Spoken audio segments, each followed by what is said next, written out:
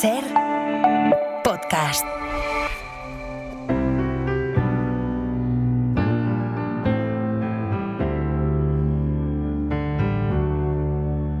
Cuando no salga Mejeta en los diarios, ni los novios bailen ya noches de boda, cuando solo esté de moda si me caigo otra vez del escenario, La ventana de los libros. cuando no sepa la orquesta la canción que te escribí, cuando las casas de apuestas no den €1 por mí, cuando cierren las cantinas y el laurel de mi corona sea de espinas, Con Benjamín Prado. aún voy a guardar un último vals para ti. Un último vals para Benjamín Prado. Benjamín, buenas tardes, amigo. ¿Qué tal? Buenas bueno, tardes. no te lo tomes al pie de la letra del último vals tampoco. Un último por hoy. Pero nos cae también siempre, ¿verdad? Este fragmento de la canción. Emma Valla Espinoz, buenas Hola, tardes. ¿qué tal? Javier Sagarna, director de la Escuela de Hola, ¿qué Escritores. Javier el Descreído, que lleva tiempo diciendo no, hay frases que entrañan un nivel de dificultad para los que participan en el concurso de relatos en cadena, que entonces menguan la participación. La semana pasada dejamos una frase que era el poema que él nunca terminó. Sí, ¿Qué que dices? dijimos era peligrosita. Sí. Bueno, ha recibido, toma, ¡zasca! 1034 relatos. Nada ¿Te parece menos. para una semana A mí, yo ya no estoy una contento. cifra de participación? Yo ya no estoy contento, Carlos, estoy conmocionado. O sea, de verdad, me parece una barbaridad. Lo hemos 1034 en conseguido. una sola Es tremendo, semana. es Es tremendo, sí, es sí. tremendo. Sí. ¿Hay una burbuja de microrelatos? Pues se ve clarísimamente que sí, ¿no? No, pero O es sea, que la burbuja puede estallar, entonces no sé. A ver, yo no sé si es una burbuja o es simplemente una locura por el microrrelato, una fase en la que todo el mundo se ha lanzado a escribir microrrelato y que a lo mejor va y se queda, ¿no? Ya. Está claro que algo hemos hecho desde este programa, desde hace tiempo, por el microrrelato, por estimular bien. esta forma de creación. Y yo no sé si es que ahora está cuajando o simplemente, como tú dices, que se han vuelto locos temporalmente, pero es una barbaridad. Yo tengo una teoría que a lo mejor ejerce un poquito de influencia esa convocatoria que me has hecho de las audiobiografías, Ujú. que los oyentes envían su vida resumida en 30 segundos y cada vez que estamos recibiendo más formato de microrrelato tienen. Es Exactamente. decir, tienen incluso más, si se me permite, más peso literario. O sea, están contadas y escritas con una intención de ser leídas no de cualquier manera. Tiene mucho que ver con el tiempo en el que vivimos, ¿no? Sí. Donde todo tiene que ser rápido, concreto y que se vea en menos de 15 segundos, ¿no? Tiene mucho que ver con el mundo de Internet y todo esto, ¿sí? Bueno, el mundo de Internet y la rapidez y la brevedad puede ayudar a enseñar literatura, Benjamín. Sin duda. Sí, no tengo ninguna duda de Todo eso. lo que suma, metámoslo al zurrón y ya veremos qué hacemos con él, ¿no? Ah, claro, es más fácil saltar de una cosa pequeñita a una más grande que de nada a una más grande, ¿no? Vale, en esa lista de muchas maneras posibles de enseñar literatura, pues, en fin, están los clásicos, enumerar nombres, aprenderse fechas, ya, contar sílabas, buscar metáforas. O se puede enseñar literatura intentando conquistar, que es un verbo, sí, conquistar a la audiencia, es decir, a los alumnos. Hablamos de la educación. Una audiencia, si pensamos en adolescentes, coño, que no siempre es fácil de captar o de entusiasmar, ¿no? Pero esta tarde hemos invitado a la ventana de los libros a alguien que lo consigue además en varios formatos. El fundamental, un libro, del que enseguida vamos a hablar, y el otro es una cuenta de Instagram, muy gamberra, que en menos de 4 meses suma más de 22.000 seguidores con unos memes literarios, algunos esternillantes. Por ejemplo, uno en el que leemos El Lazarillo cuando por fin logra comer algo. Y si le das al play, te sale esto.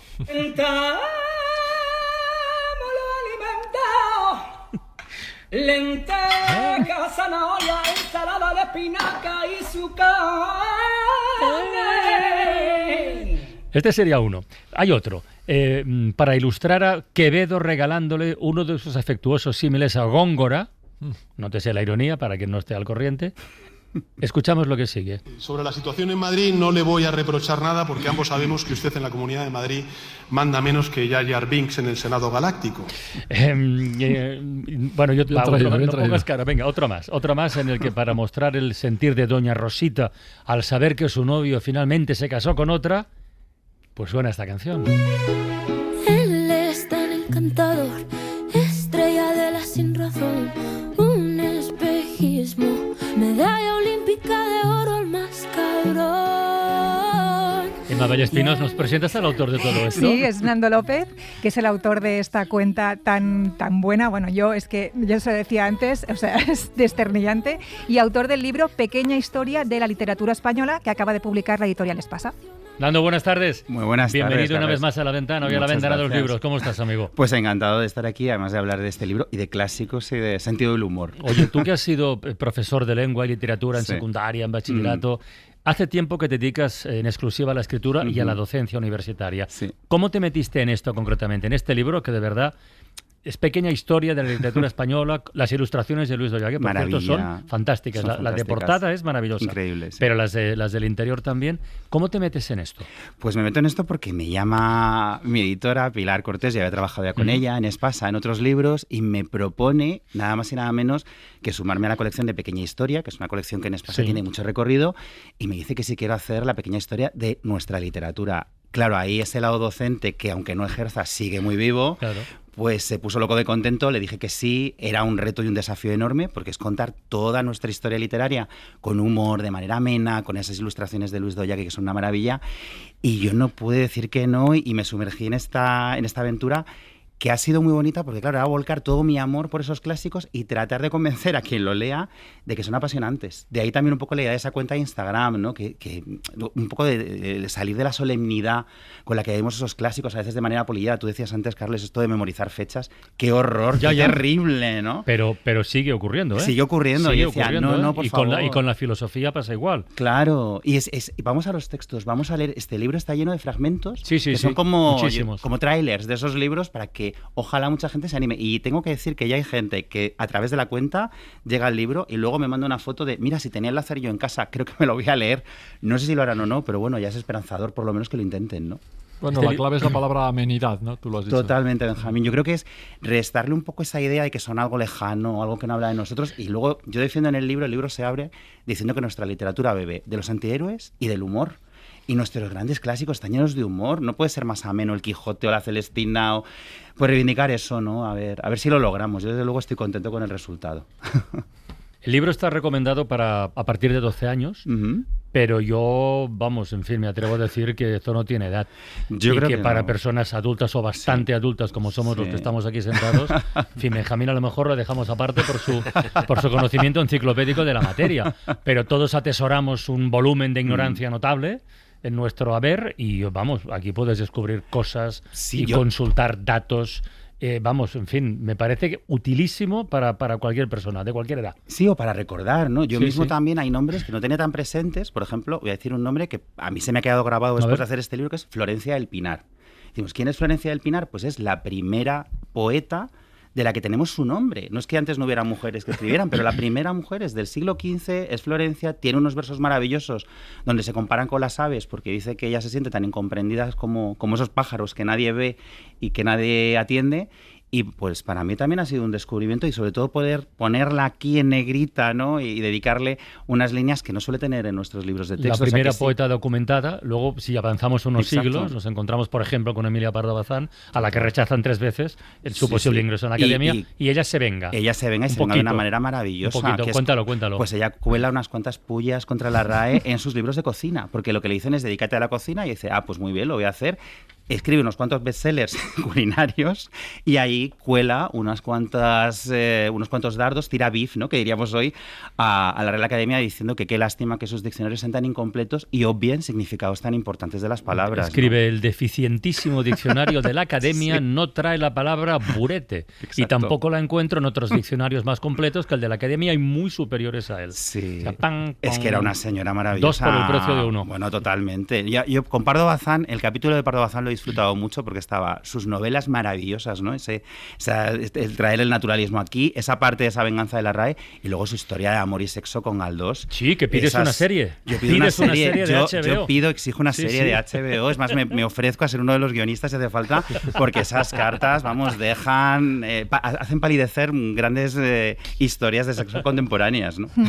Hablabas de la Celestina hace un momento y yo hace poco he vivido un momento duro en casa porque tocaba examen, lectura obligatoria historia, La Celestina, y cómo le haces, ¿no?, entender a una persona de 16 años con tal como es el mundo ahora, que esa es una historia divertida y que le dé una oportunidad y demás. A veces cuesta mucho contextualizar, yo creo, ¿no? Entonces, ¿cómo hacemos, ¿no?, para acercarnos a eso y que vean, que no le cogen tirria a una obra como esta? Claro, yo creo que siempre, y es lo que yo hacía, intentaba, era buscar el presente. Si los clásicos son clásicos es porque hablan de la hora, si no ya habrían muerto, igual que tantos otros títulos literarios que no seguimos leyendo, ¿no?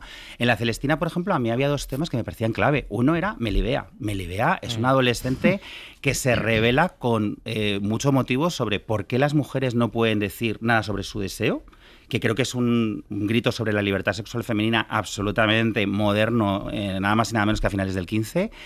Y aquí además sabe mucho más de la vida de lo que creen sus padres. Creo que cualquier adolescente se siente identificado con eso, ¿no? Lo típico de, no, si mi hija o mi hijo no hace, no sabe, y ellos siempre ponen cara de, bueno, en fin, si tú supieras... En el Quijote la pastora Marcela da un discurso feminista que podría decirse en el Congreso hoy en día. Efectivamente. Bueno, es más, ese discurso, Benjamín, aparece aquí porque yo creo que es un discurso bellísimo sobre el consentimiento, ¿no? Cuando ella dice, es que yo no estoy obligada a querer a nadie, ¿no? Yo ese discurso, es más, yo cuando daba clase era uno de los que leíamos y comentábamos precisamente para eso. O sea, que efectivamente creo que la clave está en por qué este libro me está hablando de algo que me interpela y que tiene que ver conmigo. Y luego ir a aquellos elementos que a alguien joven le pueden gustar más. Por ejemplo, La Celestina, esa rebeldía de los criados, de por qué no podemos nosotros tener vida igual que el resto. La ¿no? Celestina reivindica su ocupación, se reivindica a sí misma. Dice, soy una vieja cual Dios me hizo, no peor que todas. Vivo de mi oficio como cada cual oficial del suyo, muy limpiamente. A quien no me quiere, no le busco. De mi casa me vienen a sacar, en mi casa me ruegan. O sea, que es un oficio... Es un oficio que ya defiende. Y además que lo maravilloso de Fernando de Rojas es que dice, sí, el mundo de Celestina tiene sus vicios, sus defectos, pero el mundo de los nobles tiene los mismos y encima le suma la hipocresía. Por lo menos Celestina es sincera con lo que hace, ¿no? O sea, a mí hay algo de rescatar a estos personajes desde ese lado que creo que sí pueden troncar con un público más joven, que digan que es que todavía tenemos un montón de Melibeas, Calistos, bueno, Calistos en el que no tenemos, amantes torpes y personajes tóxicos. Y tóxicos. Como Don Juan. Como Don Juan. Por donde quiera que fui, la razón atropellé, la virtud encarnecí, a la justicia burlé y a las mujeres vendí. Yo a las cabañas bajé, yo a los palacios subí, yo a los claustros escalé y en todas partes dejé memoria amarga de mí. Vete a la mierda, ¿eh? Sí, este está canceladito. Pues está un poquito arrepentido. Pero muy poquito. Que luego lo salva allí doña Inés, no sabemos muy bien por qué. Yo me quedo con el Burlador de Sevilla, donde no lo salva nadie y se quema en el infierno, ¿no? Pero hoy estaría canceladísimo Don Juan, creo yo, por suerte. En la lista de los personajes de la literatura española que más rabia te dan, en un top 10, Don Juan, ¿dónde estaría? Don Juan está en el 10, podio, vamos, para arriba. O sea, 10 ¿no? puntos o en el podio, en el número 1, es de los que más. ¿Y cuál sería tu perdedor favorito de nuestra literatura? La verdad es que hay tantos que me cuesta elegir, pero creo que no voy a ser demasiado original, pero es que creo que realmente es el gran perdedor, no solo de nuestra literatura, sino de la universal, que es Don Quijote. No gana absolutamente nada y lo gana todo a la vez, ¿no? Gana el derecho a ser quien quiere ser. Y a mí una frase del Quijote, la de yo sé quién soy, que tengo subrayada, marcada desde que soy adolescente y que me ha ayudado mucho en la vida, ¿no? Y esa idea de que yo tengo derecho a decidir quién soy y a decidir cómo quiero ser, creo que es la mayor victoria posible que ha tenido nunca un grandísimo perdedor. Pero cuando dices que aquí en nuestra literatura somos más de antihéroes, de perdedores, ¿esta creencia es una cosa nuestra, que somos muy así, o es una cosa generalizada? Bueno, cada literatura tiene sus prototipos, ¿no? Yo creo que la literatura europea tiende un poquito a ello, ¿no? La inglesa, la francesa, pero enseguida allí, en cuanto llegan al 18, empiezan a buscar otros modelos, ¿no? Y nosotros seguimos. Es más, la ilustración, la literatura ilustrada en España triunfó entre poco y nada porque no arraigó bien, ¿no? Y casi todos nuestros héroes siempre tienen ese componente de antihéroe o de héroe al margen, de que no se espera que lo sea, ¿no? Desde pues el Lazarillo a incluso aquellos que ejercen un poder, como Pedro Crespo, el alcalde de Zalamea, que lo ejerce contra el rey, ¿no? Aunque luego le digan que vale, que está bien, que están de acuerdo, pero siempre nos gusta el personaje que está un poco al margen, ¿no? El propio Segismundo también, encerrado. Es verdad que la literatura siempre da más juego al antihéroe que el héroe, pero nos gustan más los personajes que tienen, y quizá por eso es una historia literaria tan fascinante, los que tienen muchas sombras. Tengo un mensaje de Andrés Buenafuente que nos está escuchando y dice, esa frase le digo yo en el Tenorio, ese que hizo con Silvia que acabamos de leer. Claro, efectivamente. Esa frase la pronunciaba él. Te iba a decir que lo que también es, lo has dicho antes, ¿no? Muy característico es el tema del humor, ¿no? Sí. Y el humor, lo que pasa es que a partir del 19 se pierde un poco, ¿no? Yo creo que es una de esas cosas que hemos tendido a la seriedad con los demás, por decirlo de alguna manera. novela, ¿no? Claro, y una cosa que cuento en el libro es que el libro está lleno de humor hasta que llegamos a la historia del siglo XX, donde el humor se mantiene, ¿no? Pensemos hasta el humor tragicómico del esperpento, ¿no? Que no deja de ser humorístico dentro de lo grotesco y lo duro y lo crítico que es Valle Inclán. Pero es verdad que nuestra historia es que está marcada por un golpe de Estado, por una guerra civil, por un exilio, por una posguerra. Hay una imagen, para mí la imagen más hermosa y la ilustración más hermosa que ha hecho Luis Doyague, es una doble página, está en la 254, que son los mismos personajes de la cubierta, o parte de ellos, pero yéndose al exilio. Y aparecen, por ejemplo, Miguel Hernández y Lorca con unas alitas, ¿no? Como yéndose al cielo, después de haber sido asesinados. Y detrás de ellos, Machado, Ichazel, el aguilucho de la Falange. Entonces, claro, el humor también se ve condicionado porque tenemos una historia del siglo XX tan trágica, tan dolorosa y tan marcada por el fascismo, que costó mucho recuperar el humor, pero lo hemos seguido teniendo. O sea, también es verdad que yo creo que a veces eso, miramos los clásicos con tanta solemnidad que a mí, por ejemplo, me sorprendió, lo comento aquí también en el libro, como cuando se interpreta a Lorca fuera de España, encuentran más humor que nosotros. Bernarda Alba tiene muchas gotas de humor a través de la poncia. Y sin embargo, se nos olvida, ¿no? El humor al que se refiere Javi, del humor del siglo de oro y todo eso, es un humor terrible. Es el humor de los que pasan hambre, de los que reciben palos, de los que pasan privaciones, de los que duermen en el suelo, de los que sufren abusos. Es un humor muy negro, muy negro. Y un humor además casi muy cercano al cómic, ¿no? Hasta el humor del Quijote, ¿no? Cuando se enfrenta a los molinos, es un humor que hasta físicamente imposible, ¿no? Pero yo creo que por eso ese humor es tan valioso, porque es el humor precisamente de la crítica social, ¿no? O esos graciosos del siglo de oro que utilizaban los autores para decir todas las verdades que no podían decir de otra manera, ¿no? Colocabas al gracioso y entonces decía todo lo que el autor quería colocar de alguna manera, ¿no? Y, ¿las mejores broncas literarias fueron las del siglo de oro? Bueno, desde luego son difíciles de igualar, de las ¿no? mejores. A mí me parecen fascinantes. Y además el nivel de enfado y luego las tretas, ¿no? Que todavía a fecha de hoy no sepamos quién escribió el Quijote apócrifo. Sospechemos que Lope estaba detrás de alguna manera, que lo encargó. El enfado entre ellos, Lope escribiendo que ese libro era de culo en culo. O sea, es que estamos hablando de un nivel de odio y de maldad, ¿no? O pensar que hoy Lope de Vega, su casa está en la calle Cervantes. ¿Qué pensaría el pobre Lope? Alguno del 98 no está mal, ¿no? Juan Ramón, por ejemplo, ¿no? Juan Ramón, el día que fue a ver a Pío Baroja a su casa, le hizo una visita, tomó un café, regresó a su casa y cogió todos los libros de Pío Baroja y se los devolvió. Yo te lo dijo, ¿pero por qué me los devuelve? Dice, ¿cómo que por qué se los devuelvo? Tiene usted una figurita de escayola del café torrefacto Marcilla encima de la chimenea. Mis libros no pueden estar en la misma casa, le devuelvo esos libros. Me pega totalmente, ¿no? Con el carácter de Juan Ramón, sí. Oye, la generación del 27, que la calificas de Dream Team. Bueno, es que lo era, ¿no? Y además ha sido muy bonito poder hablar aquí de ellas también, de las Sin Sombrero, las autoras del 27, que tantas veces no hemos encontrado en los libros. Desde luego yo aquí lo que he tratado también es de revisar un poquito el canon, ¿no? Darles un lugar. Darles el lugar que se merecen y que deberían tener, ¿no? Y que leamos también sus versos, sus propuestas. Hay autoras como Sánchez Saornil, que son maravillosas, tanto en lo literario como en lo reivindicativo, en lo político. Y bueno, pues hablar de ellas, ¿no? Y luego también, mira, también broncas entre ellos, porque también la relación entre Lorca y Miguel Hernández, que tampoco fue especialmente fluida, ¿no? Cuando se enfadó muchísimo Hernández porque Lorca le respondió que, bueno, que si su primer libro no había tenido suerte, que no se preocupara, que es que era un primer libro, que siguiera intentándolo. Y Miguel, que esperaba una palmadita en la espalda y no la obtuvo, se enfadó bastante, ¿no? También. Nando, escuchándote cuesta creer que no eches de menos la docencia, ¿no? Porque tú en un instituto deberías ser Me lo pasaba muy feliz. Muy bien. Era muy feliz, lo que pasa que por suerte también los libros van también que no me dejan tiempo, ¿no? Yo me dedico al teatro, este año estrenaba el Festival de Mérida, ahora estamos con la gira de Jasón y las Furias, este libro nuevo que ha llegado, publico un libro juvenil nuevo, una serie juvenil de libros en el mes de marzo, hago también televisión, estrené Red Flags hace nada, o sea, estoy muy en la creación. Entonces, claro, las clases regladas en un instituto no me son posibles. He vuelto un poquito con una clase universitaria, que bueno, es un grupo, es un día a la semana, y me quito un poquito el mono de aula, porque reconozco que me encantaba, sobre todo esas caras de la adolescencia cuando descubren que un clásico les puede emocionar. Yo confieso que había momentos que disfrutaba mucho. Decía Benjamín, el monólogo de Marcela, para mí uno de mis hits en el aula, porque sabía que daba pie al debate, que daba pie a la conversación, que daba pie a hablar de cosas, ¿no? Y sí que lo echo mucho de menos, sí. Mira la Sin Sombrero que has mencionado. Aparece Carmen Conde, claro, la primera mujer en entrar, ya era hora, subrayas en el libro, en la Real Academia Española, y que retrata en este poema en prosa el fin de la guerra que rompió la generación del 27, eso que estabas comentando, y en esta semana que estamos está muy bien y es oportuno recordarlo. Dice, fíjate qué maravilla. Han aullado los barcos y en los sombríos muelles las torrenciales agonías de millares de hombres que querían huir vencidos. Los audaces alcanzaron nave que los salvara, pero ¿cuántos andan llorando su derrota y caminan con sed y con hambre?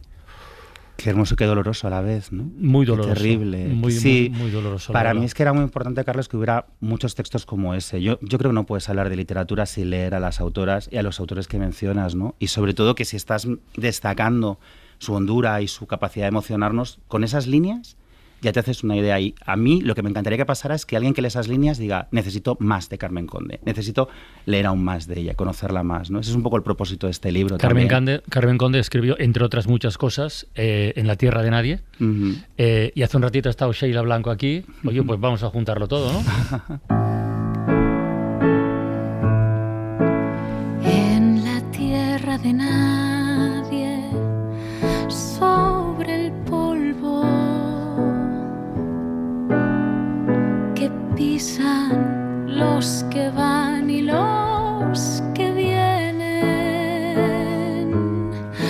he plantado mi tienda sin amparo y contemplo si van como si vuelven. Unos dicen que soy de los que van, aunque estoy descansando en el camino. Otros saben que vuelvo aunque me calle, y mi ruta más cierta yo no digo. Intenté demostrar que a donde voy es a mí, solo a mí, para tenerme, y sonríen al oír porque ellos todos son la gente que va, pero... La Ventana, en Ser Podcast. When the cold comes pushing down heavy on this town, and there's no one around to keep out the sound that is all in my head. No, it's all in my head. I'm holding it back till I'm lying in bed. That's when all the walls close in on me. The other side is where I wanna be. Leave your words underneath my feet. Leave these demons that haunt my street. I'll find my way out and never look back. Son las 6:34 de la tarde, las 5:34 en Canarias. Aquí seguimos en el tiempo de la ventana de los libros. Iba a decir el equipo médico habitual, pero esta semana precisamente no me parece la mejor expresión. Estamos los habituales: Benjamín Prado, Iván Vallespinós, Javier Sagarna y un servidor. Incorporamos a partir de este momento a Mara Torres. Mara, buenas tardes. Buenas tardes. Y estamos con Ando López porque hoy recomendamos Pequeña historia de la literatura española con ilustraciones de Luis Doyague, que es una manera fantástica y pedagógica de poder entrar en este mundo a veces tan desconocido por tantos potenciales lectores de cualquier edad. Y como cada semana tenemos otras recomendaciones que nos trae aquí nuestro poeta de cabecera. Pues sí, mira, yo tuve la suerte una vez en la Feria del Libro de que me tocara al lado firmando Ramiro Pinilla. Pocas veces me he reído tanto. Qué tipo más ingenioso, qué tipo tan delicioso, qué anecdotario más sabroso tenía, hincha del Athletic de Bilbao como yo. Eso influyó. Por cierto, porque me contó una cosa que yo no sabía. Dice, ¿tú sabes por qué la afición del Athletic de Bilbao dice siempre alirón, Athletic campeón? No. Bueno, pues porque los ingleses que trabajan en las minas, cuando encontraban una beta, salían muy contentos diciendo all iron. Y de ahí viene el iron. Bueno, ese tipo de cosas contaba Ramiro Pinilla. Pues ahora una compañera suya, María Bengoa, ha escrito un libro que se llama Las damiselas y el escritor, editorial Tusquets. Muy curioso. Ella cuenta cómo después de la muerte de Ramiro Pinilla, con quien, bueno, y él deja ver que tiene una relación medio platónica, no platónica, real, física, bueno, un poco ambigua, ¿no?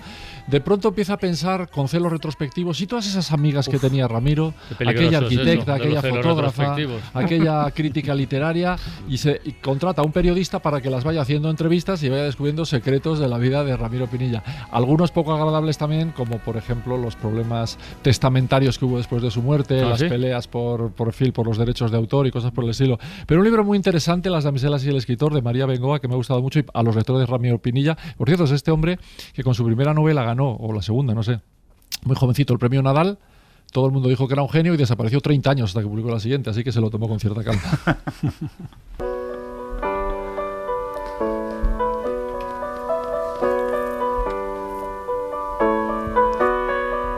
Take me now, baby, here as I am. Pull me close, try and understand. Desire is hunger, is the fire I breathe. Love is a banquet on which we feed.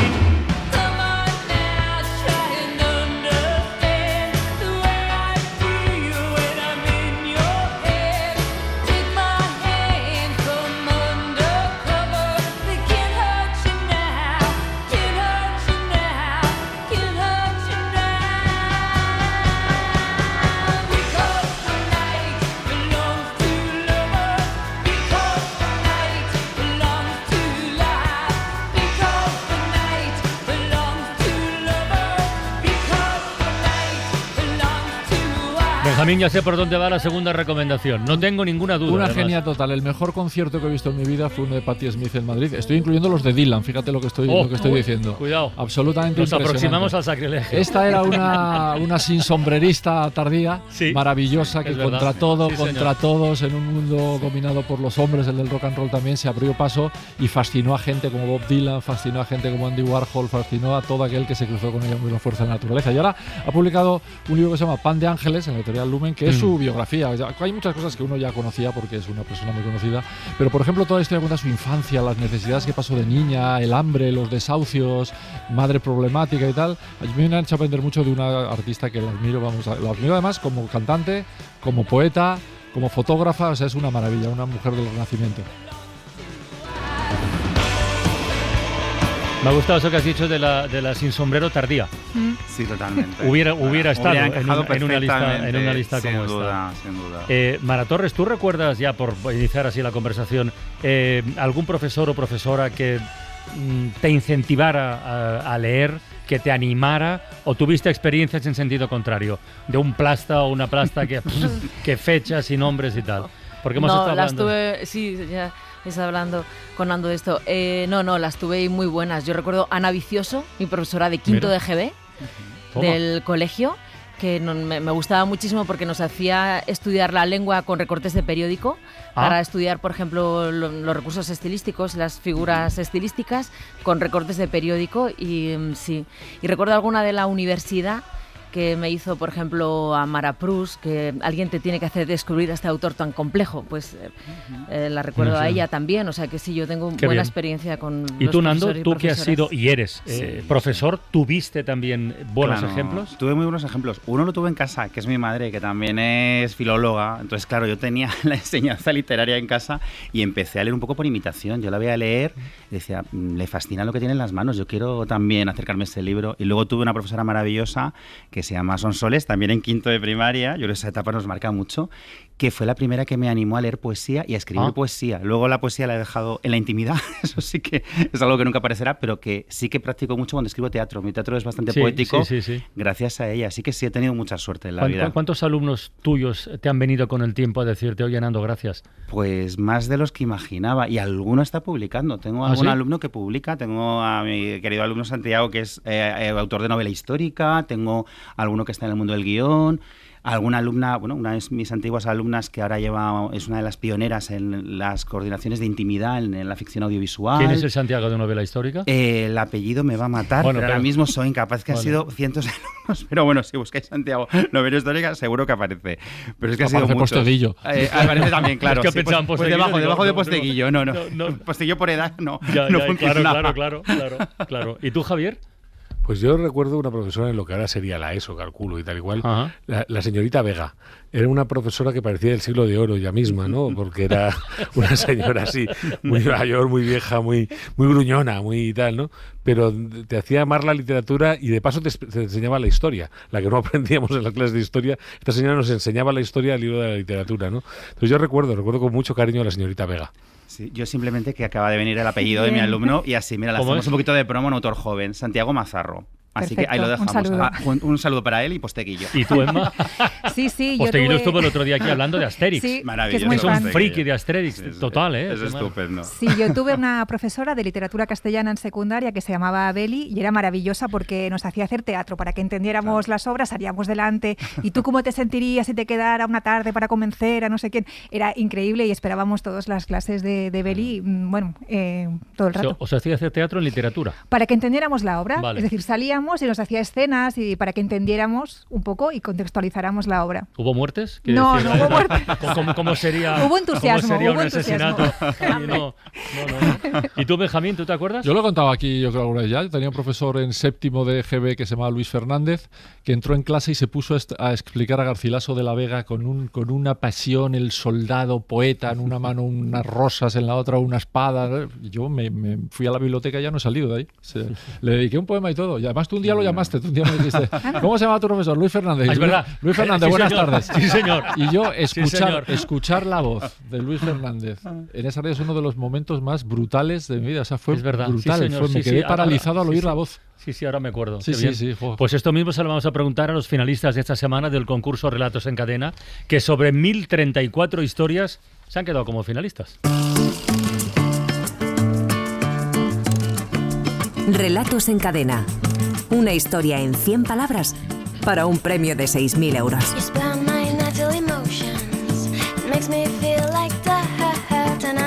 Finalistas que son Esteban Torres, Pablo Vázquez y Santiago Ximeno. Esteban Torres tiene 61 años, nos dice que aparenta 60, ahora le preguntaremos. Es funcionario del SEPE, director de la oficina en Úbeda, donde vive desde hace más de 20 años. Esteban, buenas tardes. Buenas tardes. Ahora nos contarás lo del profe, si lo tienes o lo tuviste, de referencia, pero esto de 61 años pero aparentar 60, ¿cómo se consigue? Quizás 60 no, pero unos meses menos sí. No sé, yo creo que estoy envejeciendo como los vinos buenos. Bueno. De todas formas, estuve ahí con vosotros en 2023 y nos conocemos de vista. Es verdad, llegaste a la final anual hace 2 temporadas, ya nunca más hasta hoy, pero creo que todas las semanas nos escribes, ¿no? Sí, además con mucha pasión y mucha perseverancia. Qué bien. Oye, Esteban, que hoy es el tema de conversación a propósito del libro de Nando López. ¿Cómo te enseñaron literatura en el cole? ¿Qué recuerdas tú? Pues lo he comentado esta mañana con quien me ha llamado. Creo que se está cometiendo un gran error, a pesar de que me corrijáis quizás, y es empezar por el siglo de oro, y vamos, incluso antes empezar por los clásicos, por la Celestina, por Miofí, por todo este tipo de cosas, porque creo que no engancha a los niños. Creo que debería ser al revés, empezar por lo moderno, incluso por el microrelato, y una vez que estén enganchados, que ellos mismos vayan progresando hacia atrás, o vayan regresando hacia los orígenes, y se vayan enganchando ellos solos. Pero para engancharlos yo creo que ni el lenguaje, ni los temas, no enganchan. Tengo 3 hijos y no, la verdad es que la Celestina se le ha atragantado porque tenían que leerla, y no me parece que sea un placer empezar por ahí. Bueno, Emma Vallespinós compartirá la opinión, ¿verdad? Porque sí, ha sido duro, pero al final... No se ha conseguido. ¿Y el profe, Nando, qué dirías a esto? Pues yo lo que diría es que hay que buscar un punto... Hay que buscar un punto medio. Yo lo que hacía, y un poco pasa en el libro, Lo de Garcilaso y se entrar ahí como tal... O sea... Primero poner pasión, lo que decía Benjamín. No puedes contar la Celestina de una manera anodina. Tienes que ponerle pasión y ganas. Luego no obligar a leer la Celestina íntegra, porque con 14 años es un ladrillo. Tú tienes que hacer una labor de mediación, y si tú vas buscando fragmentos, momentos, si dramatizas, si juegas con ello, puede ser tan apasionante como un texto contemporáneo, y luego compaginar el clásico con el ahora, ¿no? Yo creo que en el aula hay tiempo para todo, ¿no? Tú, Esteban, ¿qué recuerdas de tu aprendizaje de la literatura, del tuyo propio? Bueno, pues en principio nosotros nos obligaban a hacer, no sé si ahora se hace, comentarios de texto muy a menudo. Entonces cogíamos un texto y había que analizarlo concienzudamente, ver la época en la que participaba, hablar del escritor, hablar de las ideas principales, las imágenes, en fin, estaba bastante bien, pero muy erudito, demasiado, no estaba pensado para disfrutar, estaba pensado para un filólogo. Bueno. Entonces, de verdad que he hecho de menos el que se enganche a la gente con, no sé, estaba hablando de la Celestina, por decir algo, pero el lenguaje, el tema, realmente no conectan con los chicos del día. Pues... Hablar del honor, hablar de una Celestina que se dedica a juntar parejas, bueno, que son cosas que como argumento histórico está muy bien, pero para enganchar a la gente joven no creo, de verdad. Bueno, simplemente tienes que decirle quién se dedica ahora a juntar parejas y a que hagan match. O sea, que ellos conocen muchas celestinas y ejercen de ello, claro. Es darle la vuelta. Es que el libro de Nando es precisamente esto, es buscar otra mirada. Esteban, que tengas mucha suerte, amigo. Venga, muchas gracias. Pablo Vázquez tiene 56 años, vive en Hoyo de Manzanares, en Madrid, trabaja de cartero, lleva años como eventual. Pablo, buenas tardes. Hola, buenas tardes. Pablo llegó a una final en verano, en los relatos con banda sonora, con Chica de Ayer. Sí, pero vamos, hace muchísimo tiempo, no me acuerdo. Pero has seguido escribiendo y mandando cosas, por lo que veo. Sí. Vamos, en varios casos sí tuve alguna mención o premios en alguna de la competencia, que ya no existe, como el Punta 140. Sí. Bueno, pues oye... sí, vamos, siempre he escrito, vamos. Hoy tiene mucho mérito que te hayas colado en la final semanal, porque de 1000 y pico relatos no es fácil. Me he quedado sorprendido, la verdad. Oye, el tema de conversación de hoy, ¿cómo aprendiste literatura en el cole? ¿Qué recuerdas tú? Pues tuvimos las clases, tuvimos suerte con una profesora en octavo que se llamaba Concha. Lo que pasa que eran libros de precepto, era la sonata de otoño de Valle Inclán y Pío Baroja, creo que era Saraquín en el Aventurero, pero bueno, lo daba con... No era mucha pasión, pero por lo menos sí lo enseñaba bien la pues mira, algo es algo. Pablo, y luego sí, en segundo debut y en bachillerato sí tuvimos buenos profesores de literatura. Qué bien. Sí, eran más incentivo de escribir, de ver alguna película. ¿Cómo se nota? Claro, ¿cómo se nota eso? Incluso algún profesor de filosofía, ¿no? Y me estoy acordando ahora, que sí, que también nos daba cosas. Muy bien, Pablo. Que tengas mucha suerte, amigo. Gracias. Santiago Ximeno tiene 52 años, vive en Madrid y trabaja en análisis de riesgos tecnológicos. Hostia, Santiago, buenas tardes.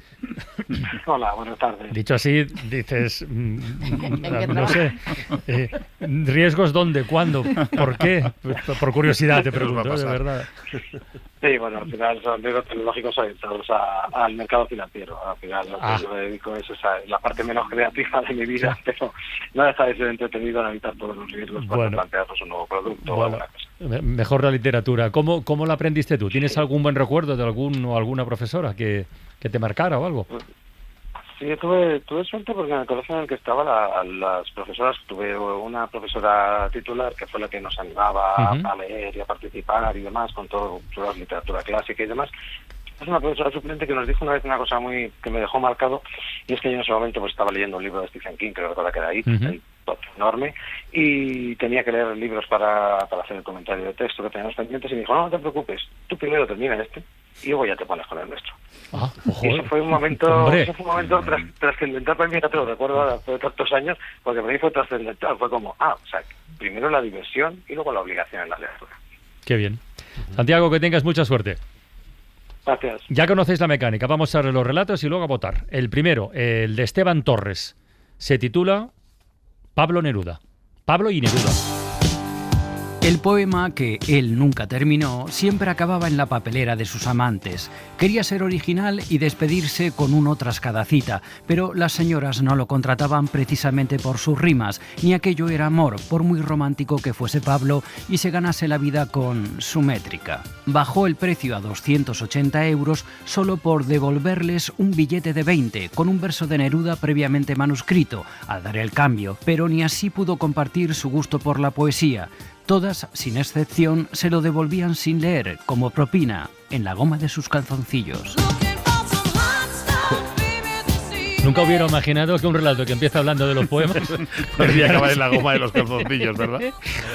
Pues qué imaginación, qué bueno. La verdad es que sí que le ha conseguido dar una buena vuelta al asunto. Y el título es Pablo y Neruda, Pablo y sobre Neruda, todo, efectivamente, ¿no? Y la verdad es que hablábamos de antihéroes, ¿no? Yo creo que tenemos aquí un antihéroe de arriba abajo. Y una historia que al principio es divertida, ¿no? Que nos hace sonreír, etcétera, pero en el fondo es muy triste, ¿no? El fondo de la historia es muy, muy triste, ¿no? De incomprensión, de soledad absoluta. En fin, yo creo que es una de esas cosas que, bien combinadas, lo que hablábamos antes, ¿no? De ese humor duro y negro español, pues yo creo que este microrelato tiene mucho. Está muy bien. Vamos con el segundo, el de Pablo Vázquez, que se titula Distracciones. In your mind, in your mind. El poema que él nunca terminó lo dejó amontonado con otros romances, relatos inacabados y novelas que nunca concluiría. retiró de la mesa del despacho esa pila de papeles, sacó del cajón unos folios con el membrete gubernamental impreso y siguió firmando penas de muerte.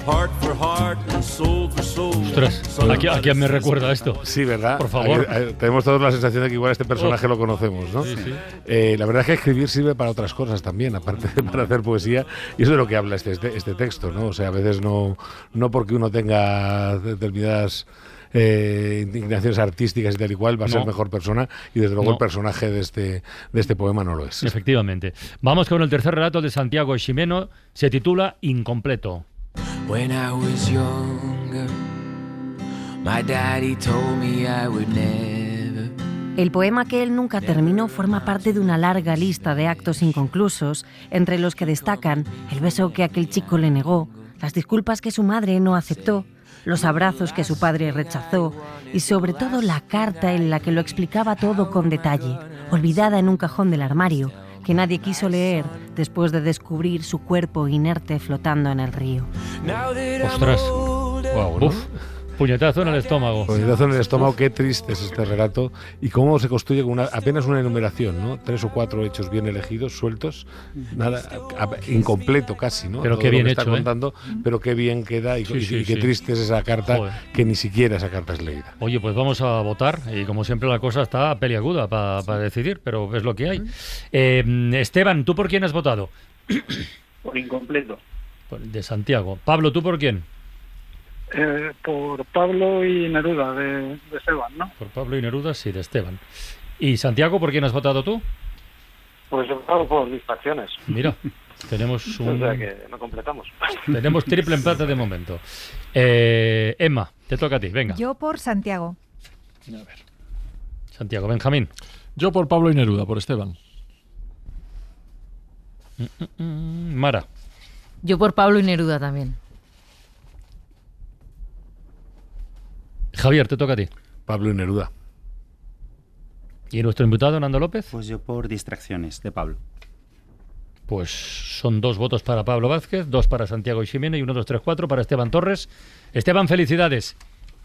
Gracias. Te acabas de colar en la final mensual y felicidades a Pablo y a Santiago, lo decimos siempre, pero no es por compromiso. Estaban muy bien los relatos, pero son chicos, hay que elegir alguno. ¿Qué le vamos a hacer? Muy buenos. Venga, hasta pronto, a cuidarse. Javier, deberes para la próxima semana. Pues nada, en la goma de sus calzoncillos. Bueno. Vamos a dejarlo a vamos dando vueltas de tuerca, ¿eh? La semana que viene 2000 relatos que arrancan en la goma de sus calzoncillos. Pues nada, en la goma de sus calzoncillos tienen hasta el próximo jueves a las 12 de la mañana para enviar sus microrelatos a través de la página web de la Escuela de Escritores, escueladeescritores.com. Ya tengo ganas de leer. Sí. A ver lo que llega. Mara Torres, ¿y el Faro qué esta noche? El Faro hacemos el verbo fluir. En el Faro hacemos el verbo fluir. Fluir. Es un verbo que está muy de moda. A la gente no se le cae la palabra, o sea, el verbo fluir de la boca, ¿no? Relaciones que fluyen, déjate fluir, esto fluye, esta canción fluye, este libro fluye, esta clase fluye. O sea, es un verbo que está en boca de todo el mundo. Nosotros vamos a hablar del género fluido. ¿Cuáles son las diferentes identidades? Porque mucha gente nos perdemos, sí, ¿no? Sí, yo me ¿Qué significa también. El género no binario? Sí, ¿Qué incluye sí, el género fluido? Así que es una de las preguntas que nos hemos hecho, intentaremos resolver en el Faro esta noche. Y luego, aquel movimiento, el movimiento flow, ¿os suena? Intercambiar fluidos, ¿no? Eso sí, pero vamos, del movimiento flow creo que no es yo, eso. No, bueno, yo, pero el yo movimiento estaba flow pensando... yo creo que es como relax, dejarse llevar, no estar demasiado ansioso con la vida. Intercambiar fluidos también es otra alternativa no fantástica ansioso, eso. para el Faro fluir. Fluir. ¿Sabes quién tiene una canción con el verbo? Mira, el verbo fluir para un poema es fácil o difícil. Bonita palabra. Sí, bonita pero palabra. Sí, se puede, sí. Y en una canción... Fluir rima con huir. Tú dirías fluir, sí, rima con huir. ¿Sabes quién habla de fluir en una canción? ¿Quién va a ser? Drexler. Porque bailas como quien respira con un antiguo don de fluir. De fluir. Aunque hablando de Drexler, lo que fluye de manera natural es el agua de un río, ¿sí o no? Sí. Pues entonces... Clavo mi remo en el agua, llevo tu remo en el mío. Creo que he visto una luz. Ahí. Al otro lado del río. Igual era un faro. lo que había al otro lado del río. Igual coges cualquier canción de Dressler y todas pegan para el verbo fluir. ¿Y poema para cerrar esta ventana de los libros, Benjamín? Pues mira, otra poeta a la que no quisieron dejar estar a la altura de su generación y lo estaba, Julia Uceda. Ahora ha publicado un libro que se llama Todo lo que pase y se borre y se pierda, y mira qué hermoso poema titulado La trampa, publica José Manuel Lara. Julia Uceda, ¿qué has hecho de tu sombra? Mujer sin huella, cuerpo sin apellido, denominas al humo, a las lluvias y al viento, a todo lo que pase y se borre y se pierda. Has buscado una voz por donde había viejos mitos desiertos, has adorado dioses derribados en hondos agujeros, y ahora todas las aguas de la tierra lloran desde los montes por tu cuerpo, donde muere la muerte, y donde muere la vida al mismo tiempo. Mujer con los brazos mojados, en el antiguo corazón de un cuento, con las espaldas frente al todo y las pupilas derribando miedos. Las viejas madres muertes harán rondas para que pudra tu secreto y escuches en los muros de tu vientre un golpear de pétalos y huesos y graves caracoles masculinos en las tardes de invierno.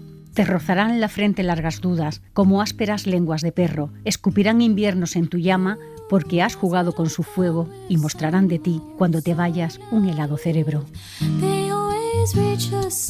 Para no perderte ningún episodio, síguenos en la aplicación o la web de la SER, Podium Podcast o tu plataforma de audio favorita.